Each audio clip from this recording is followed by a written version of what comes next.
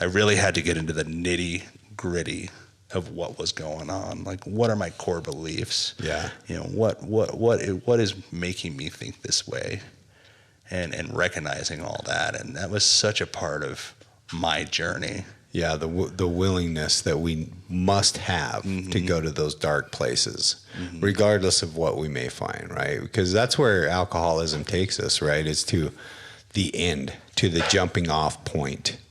Alcoholism and drug addiction takes us to the point where we're finally willing to do whatever it takes to get to know ourselves. And if you don't, you will continue in that loop of fucking relapse. You know, we see it with people locally. Like, unfortunately, we see it within the rooms that we go to now, or people that have been around for a long time. You know, we get concerned about it, but we see it all the time. You know, these people that come in, they talk a good program for a while. They seem to have the lingo down. They seem to be doing okay. We don't see them for a minute. They come back after a relapse. Right. And we're like, what happened? Mm-hmm. You know, well, I stopped doing these things. I thought it would be a good idea to go do some more research. Yeah. We hear it say, do some more research on it.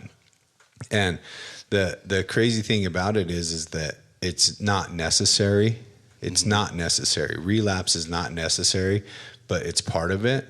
And if you can come back from a relapse and be willing to go into those places and take a look at your thinking areas, you know, when we brought this up, the picture, when I was in treatment, there was a picture, and there was a billboard, and maybe you guys have seen it, but it was a picture of a guy with a chain wrapped around his fucking head with a padlock, and it said thinking errors, and then it had these examples of thinking errors, you know, and, you know, entitlement and selfishness.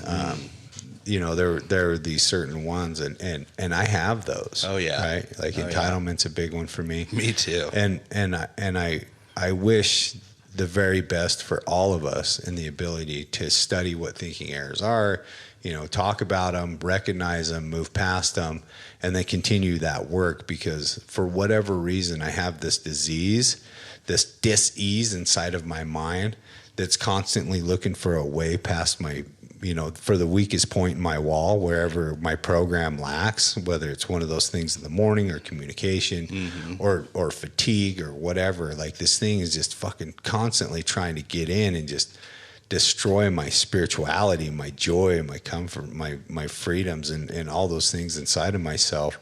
And so to come in and have some place that's safe for us to go to and talk about it and learn about it and open up about it is really great.